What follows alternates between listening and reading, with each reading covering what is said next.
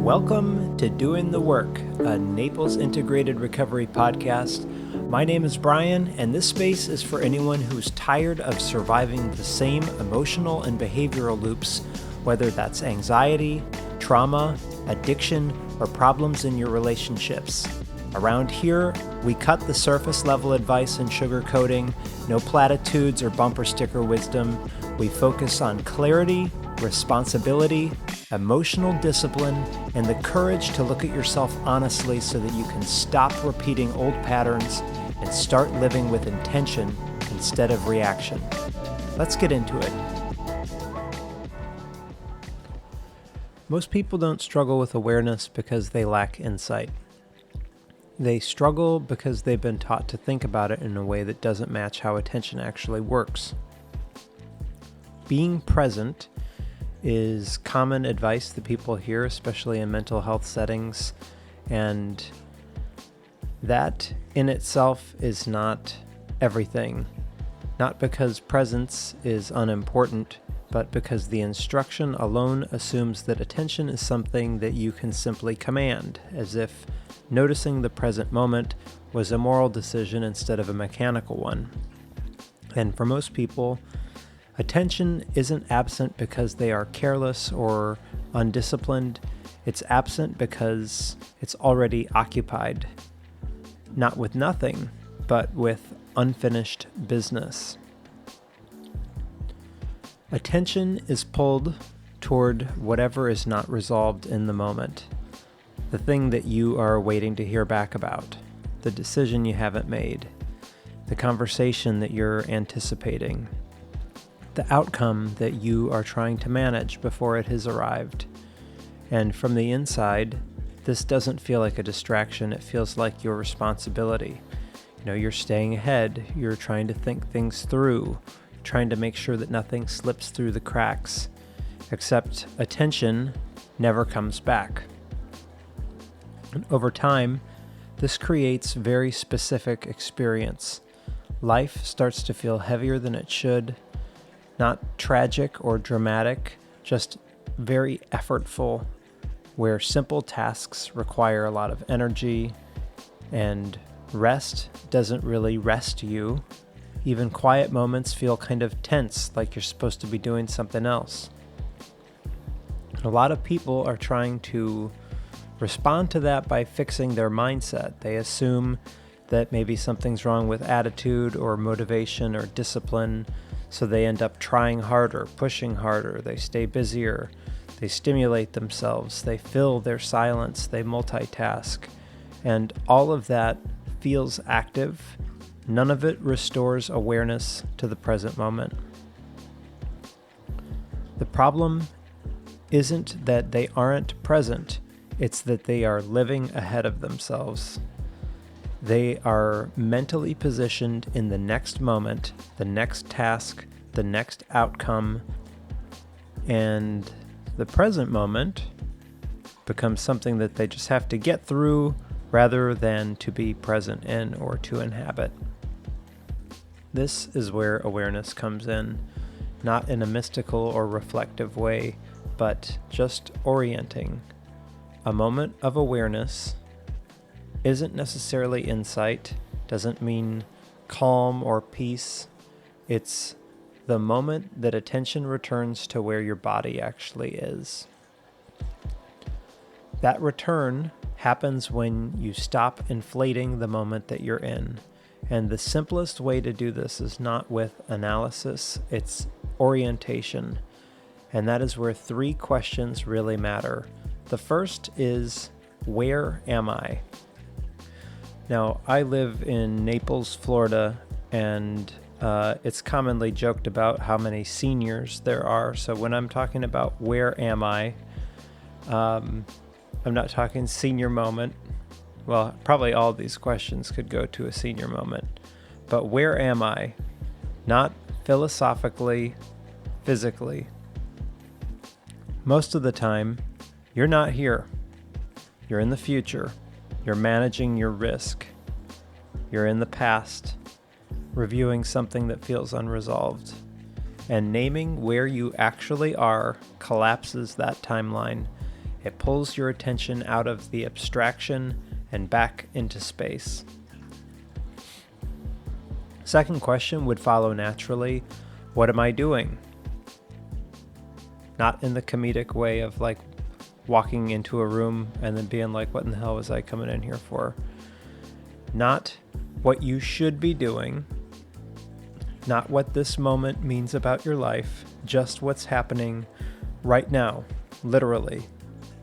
Sitting, standing, walking, waiting, typing, listening to this podcast while you juggle 4 other tasks and you're not even really truly paying attention. This matters because attention loves to exaggerate. It turns one small task into a referendum on your competence, your progress, or your future. Naming what you're actually doing in the moment shrinks the moment back to its true size. The third question, what did it take for this moment to be here? And this isn't about gratitude, it's taking pressure off of your nervous system. Most of the time, when people feel tense, their system is acting like everything in the moment depends on them. Like if they stop monitoring, thinking, or managing, something's going to fall apart. And this question breaks that illusion. So look around and name what's already doing the work for you. Like, this chair is holding my body. This room is maintaining temperature. This building is stable. It's on a foundation. The lights are on. The device that you are using is functioning properly without your supervision. None of that requires your effort. And when attention notices that the moment is already being supported just fine without you, it stops treating everything like it's an emergency that needs constant oversight. Your problems don't disappear, but they also stop getting mentally enlarged. The relief comes from you realizing this. You are participating in this moment and are not single-handedly holding it all together. Awareness doesn't remove difficulty, it removes unnecessary load. Most moments don't require as much from you as your mind is demanding. And when your attention returns this way, it may not feel euphoric, maybe just quieter, more contained, and that's exactly the point. Attention has stopped trying to hold everything all at once. This is why awareness matters even if nothing is fixed. It restores proportionality, it gives your nervous system a break from constant pre-resolution, and that is the shift. Not being more insightful, not trying to be more peaceful, but no longer treating every unfinished moment like an emergency. That is what awareness is. Not a state that you maintain, but a position that you return yourself to. Here's the part that many don't want to hear because it reframes something that they might be proud of. What you call responsibility is often chronic preoccupation. A lot of people believe that staying mentally ahead of their lives is a virtue. So they plan, anticipate, rehearse, monitor, try to control everything, and they are staying alert for what might go wrong. They think through conversations before they happen. They try to manage outcomes before the outcomes even exist. And from the inside, it feels like diligence. They may think that it's maturity or that they're being on top of things, but their attention pays the price for this posture. If you're positioned in always what's next, then attention never gets to land. It never settles into the moment that's actually happening. And then when attention doesn't land, the nervous system never feels complete. Nothing ever feels finished. This is why a lot of people feel perpetually behind even when they are keeping up. The day ends, but the nervous system doesn't slow down. The body rests, but the mind stays braced. And there's always one more thing to track, one more possibility to manage, one more loose end to keep in mind. And this is not being productive, it's low-grade vigilance or hypervigilance, and that is very expensive. Over time, this posture creates symptoms that people don't recognize as attentional problems. They feel irritable for no clear reason. They struggle to enjoy the things that they used to enjoy. They may have trouble transitioning from work to home, from task to rest, from engagement to sleep. Their mind might not shut off, not because it's racing, but because it just won't release. And this is where people start mislabeling the problem. They might think that they're burned out or unmotivated or emotionally numb. They assume that they need more purpose, more stimulation, or more meaning. So they add more things, more input, more goals, more self-improvement, and all of this increases load. But what's actually happening is simpler and harder to accept. Your attention has been stretched too far for too long without returning. Here's the uncomfortable part. Most people are doing this to avoid something specific. Being fully present in moments that are unfinished. Waiting. Not knowing. Being in between decisions.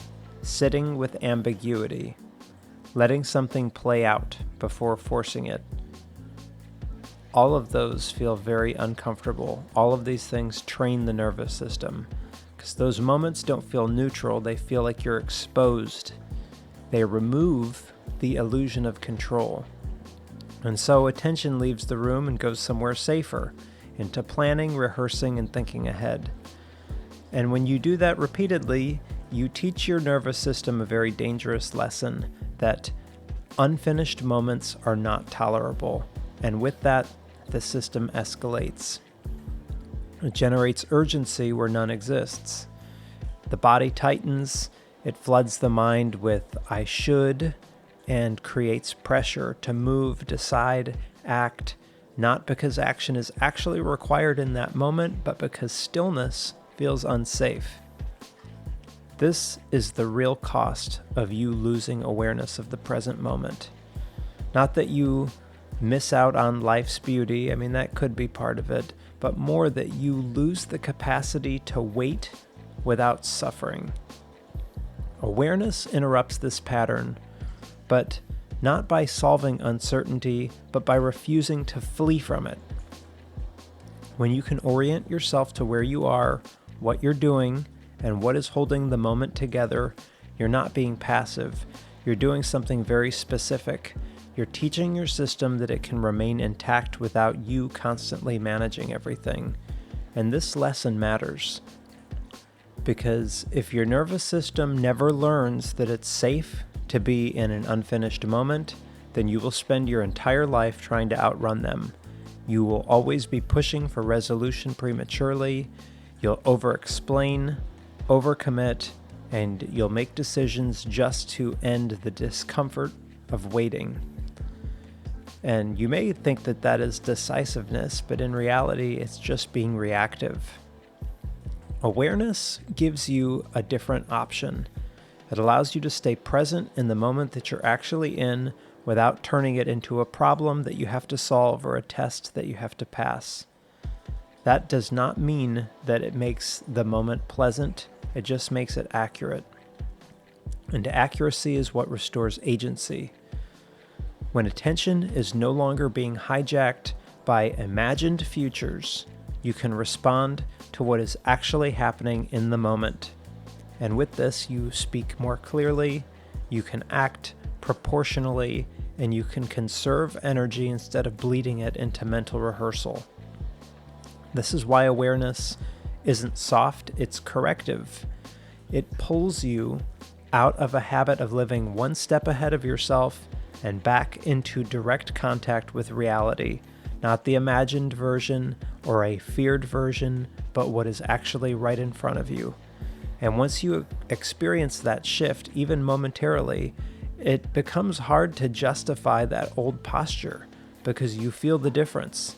you feel how much effort you were wasting trying to manage moments that haven't even arrived yet. And that sets the stage for this final piece. Not how to feel calmer, but how this changes the way that you live inside your life, especially if nothing is resolved. The point of awareness isn't that it makes life calmer. It is that it stops you from abandoning yourself in the middle of it. Most people think that the hardest moments are the painful ones, where there's grief or loss, heartache, conflict, crisis, and absolutely those are painful and hard moments, but they're not the moments that drain people over time. The moments that do the real damage are the ones where nothing is wrong and nothing is clearly finished either. The in-between moments where you are waiting for an answer, sitting with uncertainty, or living inside of a situation that hasn't declared itself yet. Those are the moments where attention usually leaves. Not dramatically, but habitually. The body stays put, but the brain goes elsewhere. Planning, rehearsing, managing, bracing for impact, waiting for the other shoe to drop. You stay busy because being fully present feels exposed. And when that becomes your default posture, life starts to feel like something you're enduring rather than participating in. This is the consequence that people don't connect to awareness. If you're consistently refusing to stay in an unfinished moment, your nervous system never learns that waiting is survivable, so it compensates. It creates pressure, creates urgency, and it pushes you to act, decide, resolve, not because action is even required, but because stillness feels intolerable. That's how people end up being exhausted without being able to point to a single cause. Awareness changes this, but not in the way that people might expect. It doesn't make uncertainty disappear. It removes the second layer of suffering that they are constantly trying to escape. When you can orient yourself to where you are, what you're doing, and what is supporting this present moment, then you are making a quiet but decisive move. You're choosing not to escalate. You're telling your nervous system, this moment does not require me to leave myself. And that choice matters way more than people realize. Because over time, the way that you handle unfinished moments becomes the way that you handle your life. If every pause feels like something that you must fill, if every silence is something that has to be fixed, or if every delay is something that you need to outthink, then your life will feel perpetually provisional, like it hasn't even started yet. Awareness interrupts this pattern. Not by giving you answers, but by restoring your capacity to stay present without forcing resolution. And that capacity compounds. When you stop fleeing the moment, you conserve energy. You speak less reactively. You make fewer premature decisions. You become more selective about where you invest your effort. Not because you're detached, but because you're no longer bleeding attention into imagined futures. And that is where agency returns. Not a performative kind, not confidence as an identity, but a steady sense that you can meet what is in front of you without collapsing or overcompensating. And this is the part that is often misunderstood.